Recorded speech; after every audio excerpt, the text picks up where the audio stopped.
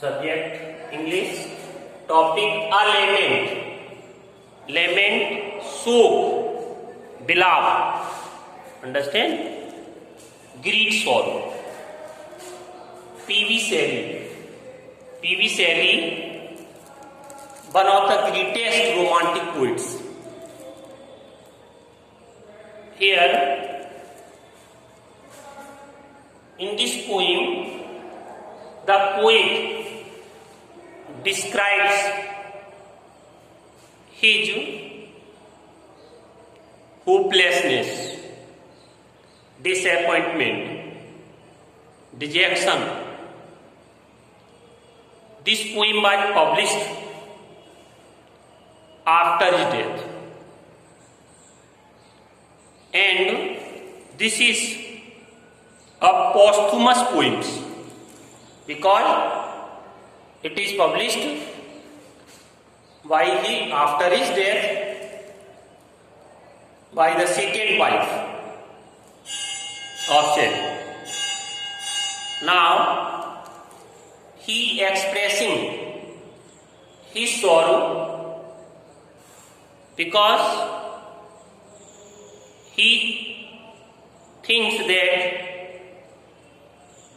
the death will come, old age will come.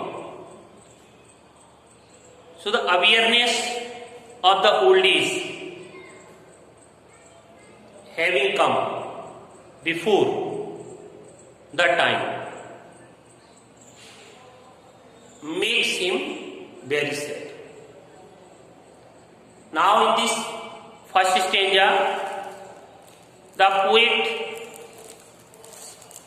is full of sorrow. He thinks that the joy will never return. The joy which is gone will never return. He has become joyless. He is without happiness. There is no pleasure in his life. इस कविता में जो PV शैली है वो अपने दुख को व्यक्त करता है और यह कविता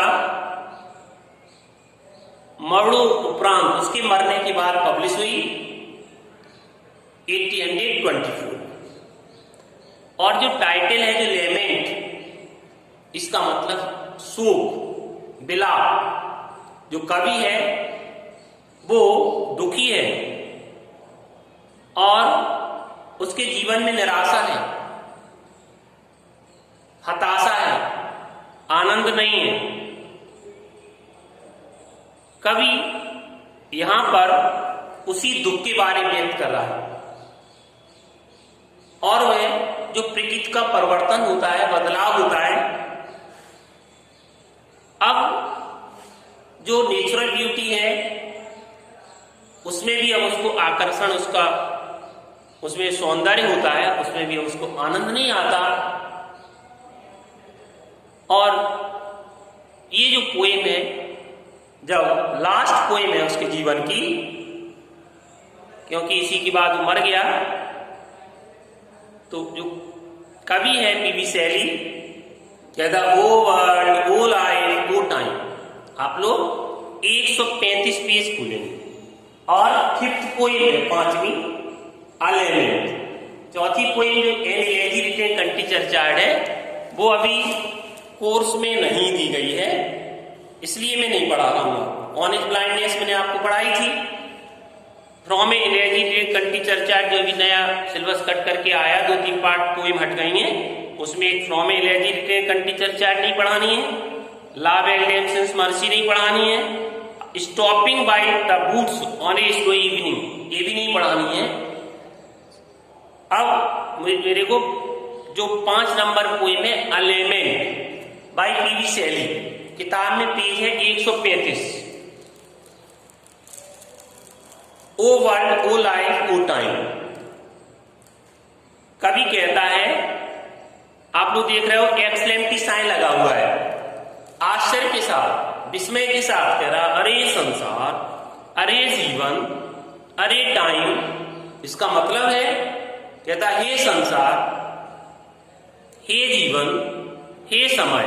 इसका मतलब कवि बहुत दुखी है और ये जो संसार है उसके लिए ये विदाउट जॉय हो गया।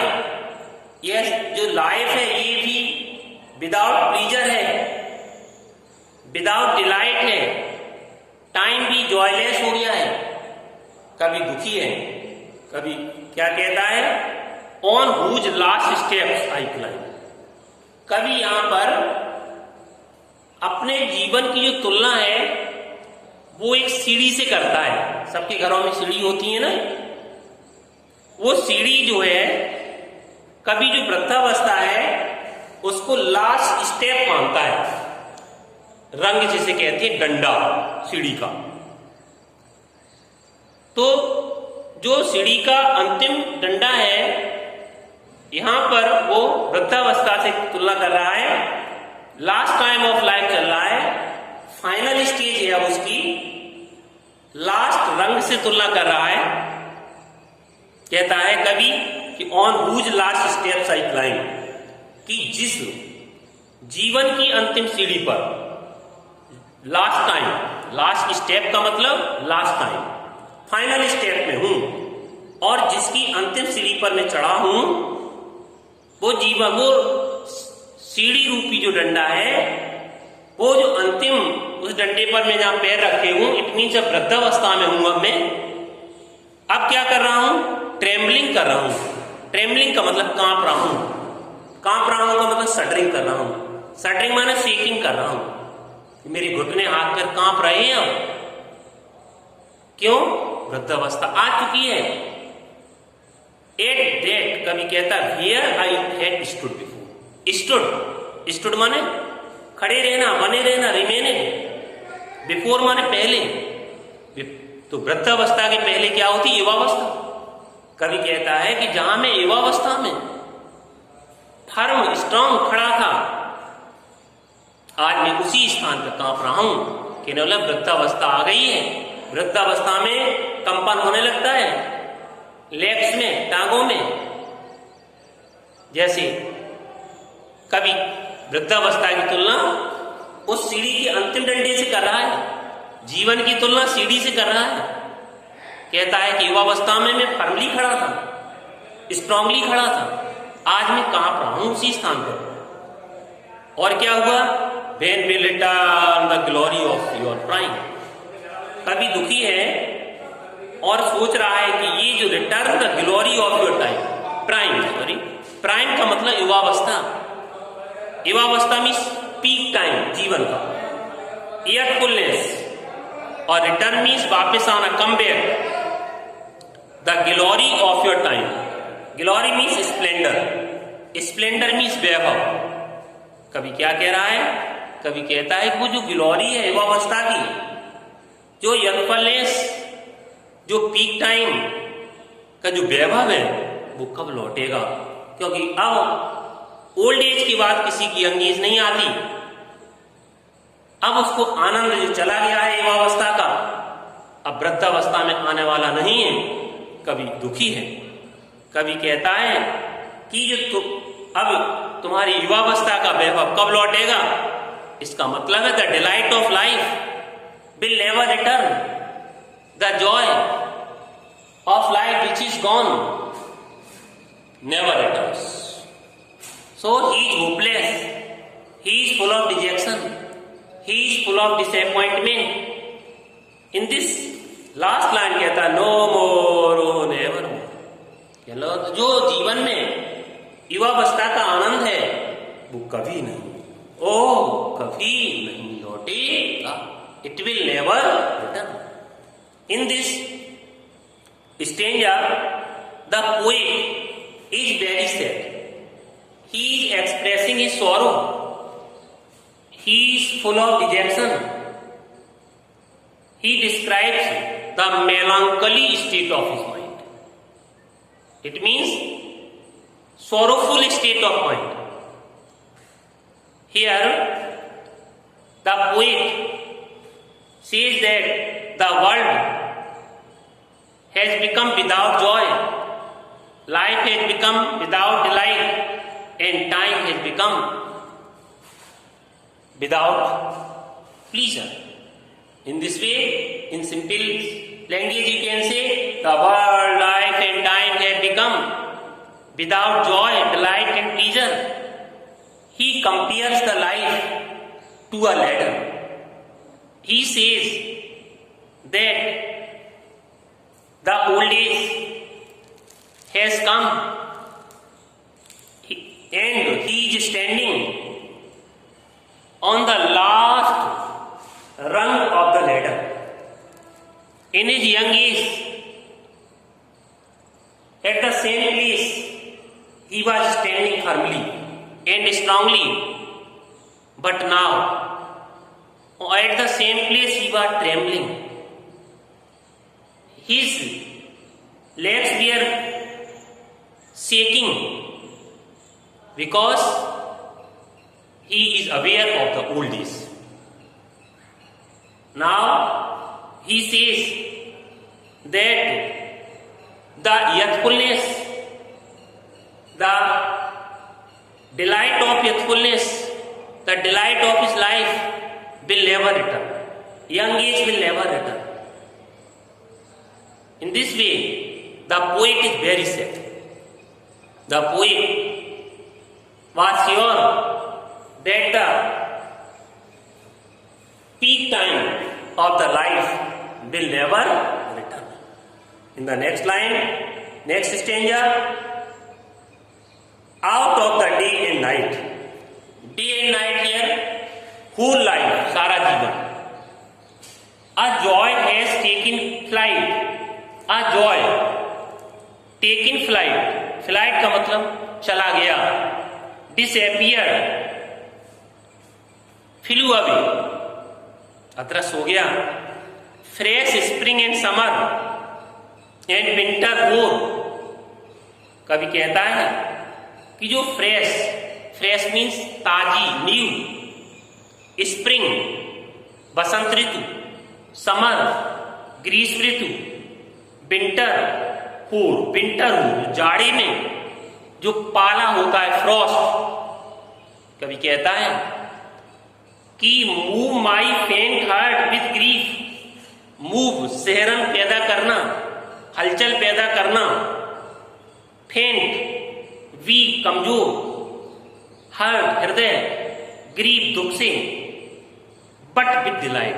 डिलाइट मीन्स आनंद, जॉय. नो मोर कभी नहीं, ओ नेवर मोर बिल्कुल नहीं. सेकेंड स्टेंजा में कवि वर्णन करता है कि जो प्राकृतिक सुंदरता है, अब प्राकृतिक सुंदरता में भी उसे आनंद नहीं आता. प्राकृतिक सुंदरता भी अब उसे आनंद प्रदान नहीं करती. कवि कहता है कि out of the day and night, कि उसके जीवन से जो रात दिन, इट मीन्स उसके जीवन से, होल लाइफ से जो जॉय है वो हैज टेकन फ्लाइट, वो अदृश्य हो गया है. There is no joy anywhere. There is no joy in his life. His life has become without joy. कहता है जब युवा था उस वक्त ऋतु आया करती थी. बसंत ऋतु आती थी, समर आती थी, शीत ऋतु आती थी. आनंद लेता था उन ऋतुओं का. फ्रेश स्प्रिंग, समर, विंटर वोर शीत ऋतु का जो पाला है. व्हाइट फ्रॉस्ट टाइप, फ्रॉस्ट कोहरा जानते हैं आप लोग, वही जाड़े में होता है. तो ये सब आते थे पहले. They come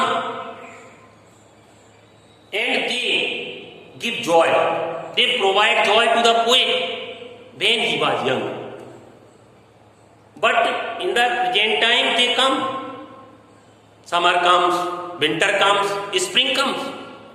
But they do not provide joy to the poet. Poet says they do not provide joy or delight.